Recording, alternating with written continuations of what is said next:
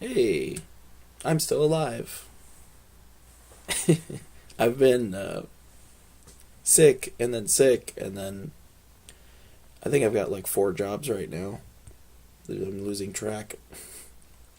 But it's all good work and trying to kick out some credit card debt and, trying to Dave Ramsey pretty hard. So working hard and keyboards haven't had a lot of time rolling around in my mind, but they've been on the back burner and I've been doing little steps and I think I've got enough to show you.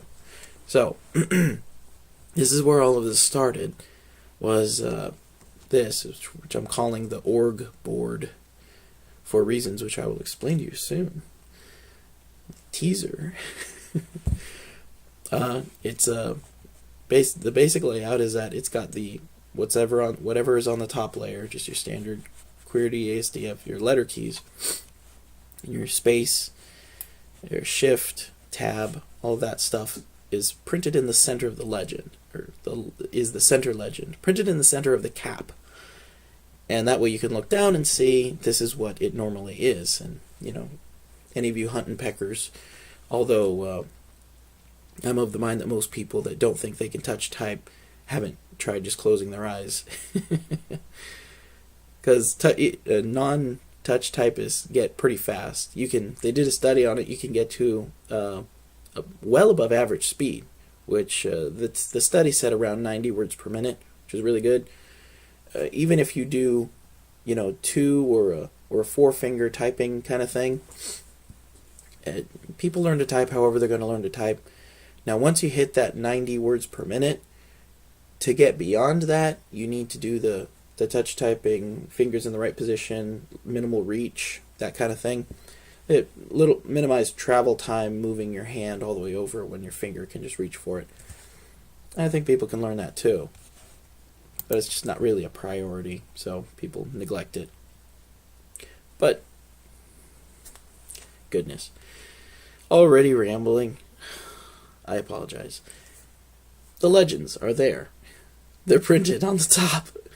And then the alternate legends are on the left, right, up, or down. And you can access those by pressing the left, down, right, or up buttons very intuitively, so that you can look down, see where your arrow keys are, and then boom, start pressing on those arrow keys because they're down, and you're going to press this down button, and that's where your thumb's going to be. And I actually wanted to lay this out a little bit. I know people learn different things, learn different ways. So being able to understand spatially, if the legend is on the left, then I move my thumb to the left, and then I'm on that one. And if the legend is down, I move my thumb down. And this guy's space, so don't worry about him. But then if the legend's on the right, I move my right thumb right. So spatially, you understand, it's intuitive to know where your thumbs need to go to get to that legend that you see on the keyboard. The up legend, or the up keys are up keys. What's up keys? Nothing, what's up with you? Function layer, the function keys are on the top because we don't use them that much. This up key is kind of out of the way. But I know people learn things different ways. Spatially might not always be the best way for some people, so I figured why not color code it.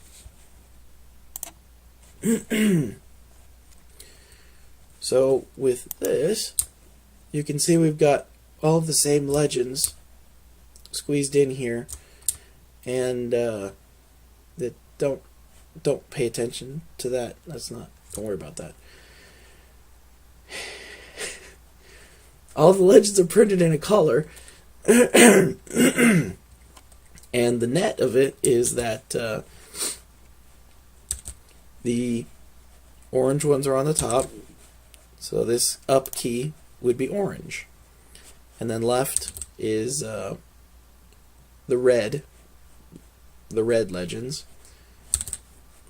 So this next key would be red, and then green, and then blue. So O, R, G, B. I had planned on putting a little bit of an indicator light that changes to red, green, or blue, depending on what layer you're on, but it's not fitting into the design just yet, so it might not be necessary. Excuse me. But the net of it is you don't even have to look at, left, right, up, down. You can just look at the color and say, I need to press orange to get to that key, because that key is orange. So Woz Keyboards provides these. I made some of these legends custom, but Woz Keyboards provides a service where they custom print your caps, and you can't tell them to not print some of them. You just wind up paying for them anyways. So I kind of had to, I wasn't gonna just let that field go fallow here. You can just deal with it, I guess. I don't know. I'm very ridiculous. Don't. I do like that one though. I want that one to come out really well. All of these are stretches of their abilities, so I kind of want to see what they can and can't do. But these keys are meant to be printed on a kind of an off-white, kind of a cream color. I didn't want to go brilliant white because it picks up smudges. You're going to be rubbing your fingers all over it all day. But I still wanted something that was high contrast with what we've got here, and that might be a gray or something. I'm not sure, but this is just a test.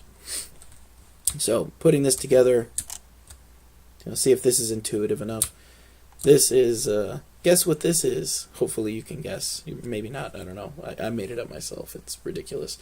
This is switching tabs. So switching tabs in your browser. You would hold down, which is just down with that off thumb, and then press S or D to switch to the left browser tab or the right browser tab. Same thing in here for Excel spreadsheets or Google spreadsheets. Those key combinations are well known. And then your media keys, all kinds of good stuff. I didn't include anything that fancy. I also put Control-Alt-Delete on the upper layer just to make it a little bit easier. I like this key. This guy. These are tap keys, so that when you tap or when you hold the key, the ones that are high are active. So this is a shift, and over here this is also a shift. But when you tap, the tail end is active. This is the lower one, that's caps lock, and then this is return. And then play and record is when you play and record your keystrokes and play them back. So this is pretty cool. I am interested very much in your thoughts on it. I don't want the keyboard to be ridiculously busy, but that's kind of busy right there. But I also want to be able to make it obvious and intuitive that you can figure out what's going on with the keyboard, and when you need that $sign, you know what to do, and your thumbs know what to do, hopefully without, look down and then see the character and go, oh, I need to blue. Let me just pick up my hands and look for blue, and then put them down and go to blue. Blue's on the right, just move that right thumb to the right. My right, you know what I mean.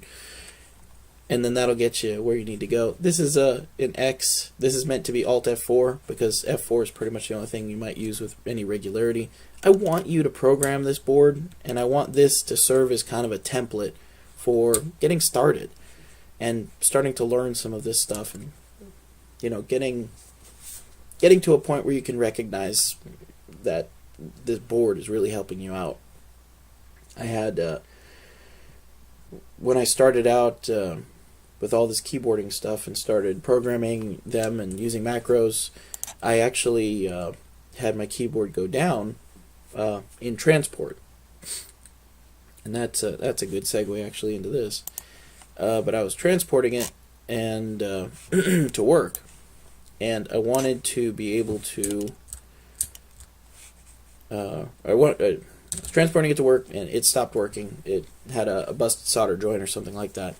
And I was down without my keyboard for the day, and I realized that at that point, I was like a third as efficient as I normally was. So that was when I really started to realize that, like, these keyboards are not just cool and neat, and they're not just helping out a little bit. They're helping out a lot. You know, building something like this into your workflow, or using auto hotkey or something like that, really, really, really makes a big difference to the amount of work you can get done, and or the speed at which you complete the work, and then have more time to browse Facebook or do whatever. I used to be about getting more work done for other people. Now I'm about getting more work done for me. So that's a better use of my time, because people tend to want to waste your time. They don't really care if you save their... It's not... Let's stop talking about this. But protecting the keyboard was important for me. And I was lurking on this idea. I was working on this idea for nested fasteners. And then I had this little brainstorm. Sorry. I'm really trying to get this video out. I'm sick, and I'm not feeling great. But I am feeling great that I got this pushed out, and that we're going to have some content for you. Because all of this stuff is ordered. The keycaps are ordered, and these parts are ordered from Rambo. But I really didn't like the fasteners. I've always kind of struggled with the fasteners. I don't like seeing the fasteners. So my first thought was make a little band like this. Let's get in here. Make a little band like this, and then then it would, you know, it would be like a band. You would get your sandwich plates, and then the band would go around it, and hopefully friction hold them together. Like this. The sandwich plates would come together as a stack like this, and then this band would go on the end, and the band would stick up a little high so that it would protect the ends of the keyboard, because these keyboards, and it's actually not that much of a deal on the Alps, because Alps is a little bit tougher on all angles. It's just more sturdily built, stronger built, but busting a stem on a cherry is this is plugged in, sorry. Busting a stem on a cherry keycap or on a cherry switch is very much possible and happens. Some would say frequently. And we just don't have a lot of protection for, you know, this kind of bump that would happen. You know, put it in your backpack or something, and a book hits it, or it's rolling around in your briefcase, or even in your carry-on luggage at the airport, and you get a good whack right here, and you just busted a cap or busted a stem, and now you're getting out your soldering iron. You brought your soldering iron on your flight, right? I did not. So the idea is to have something like this that would come up around the edge and protect the keycaps, at least from the sides, and also without interrupting your ability to type. You know, we all kind of sprawl out a little bit, so we need to have that clearance there, and we want to be able to feel the edge of the keys, so we can't just have, you know, something bumping right up against there. So I think I've struck kind of a happy medium here with oh, I'm sorry, and as an aside, by doing this we can put the screws in the bottom, and they'll come up from the bottom and not be visible from the top, although I think this initial build, this test build, is going to have these slots here. You're going to be able to see them. I'm not sure how visible they're going to be. The nut might even stick out the side, but I'm trying to double it up, which you will see soon, which is over here. So hopefully Inkscape doesn't doesn't crash on me. But we can see here that I've reduced the overall, the inner front back thickness, because the overall thickness of these plates are, did I mention it'll be bamboo? Sorry. This is, I'm going to see this up here. Bamboo. These are the bamboo sizes that come through Ponoco. and I've been working with those dimensions because those dimensions are different from all the dimensions I've been working with. And as a test build, I kind of want to get everything onto one size, but in actual execution, I'm going to have a thinner bottom plate, which will take the whole thing and lower it, because it's not really necessary that it be that tall. But this will be the top plate. These are some spacers, because you never know when you need spacers. And this is just waste, so you might as well cut it. Make something useful out of it. These will stick out the sides, and then these guys will sit on top. Much like this. There's going to be a little bit of clearance for the screw heads at the bottom where they come up, but it'll be rounded, and well, it is. You can see it right here, and it'll stick up off the ground or off the table a little bit. So you'll have a little bit of feet right here, and there'll be a little bit of clearance. So the whole board isn't going to be resting on the desk that you're working on. You get better acoustics that way, and it just feels better. If it becomes a problem, I can lower the whole thing, 0.13 inches, and then it'll be touching the ground, or touching the desk. But it'll still have the protection around the sides. This also sticks out the front a little bit. So this is the board, sticks out the front a little bit for kind of extra bump protection. It still gives you access to be able to get your fingers in there. So imagine all this in luxurious amber 3-ply bamboo. That was the vision that I picked up, and I'm like, oh man, it has to be bamboo. That's so cool. But there were dimensional challenges of fitting everything together without, you can't just make everything out of 0.264 bamboo. It'll be super tall. So, getting that figured out and getting all these dimensions worked out was great. And it was challenging and fun, and we'll see how these switches fit. Technically, I should have done a test fit, but who cares? Ponoko, if you don't know them, have a very intuitive site. They have a very good automated web app for uploading your SVGs. All you got to do is make sure that your SVGs have blue color, true blue, 0000FF, full blue, and then that the width be 0.01 millimeters. It's not here because you can't see it at 0.10 millimeters. No, 0.01. Whatever this is, that, and you can see when I change it to that, it becomes so thin that it's invisible from this height. Come down now, they'll say. But I just wanted to be able to show you that. It's very easy. You upload the SVG, it evaluates your SVG, makes sure all your colors are blue, and any raster is red, and that your lines are the right thickness. And then it gives you options for where to print it out on. And here you can see I've got a 15-inch by 15-inch sheet of something. And in this case, oh gosh, I have to go soon. In this case, it's so you try to lay it out on the sheets, the sizes that they have available. The bamboo is not the least expensive. There's lots of other things that are less expensive, and the cheaper the material, generally the cheaper it is to cut. This is a lot of cuts, and I had originally squeezed more stuff in here, but it like doubled the price of cutting it. So I want to keep it simple on the first one, even if I am kind of wasting this area down here. But they sent a coupon after signing up and not doing anything, or rather perhaps signing up and then getting to where I was going to buy something and then backing out. I was really just testing prices on the materials, but they sent like a $20 coupon, which covers a lot of the first build. So I'm like, gotta, right? Gosh, I hope this all makes sense.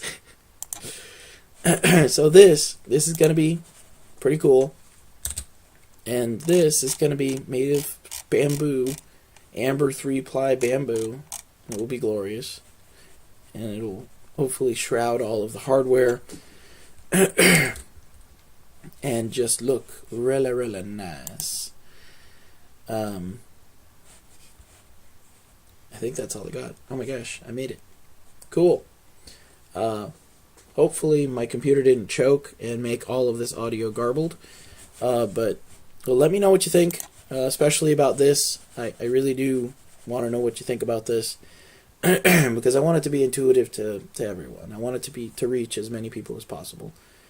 Because, you know, the more segmented you make it, the more targeted you make it, the fewer people are going to experience this. And I don't, you know, I want people to begin to understand that this thing that they've been mashing their fingers against.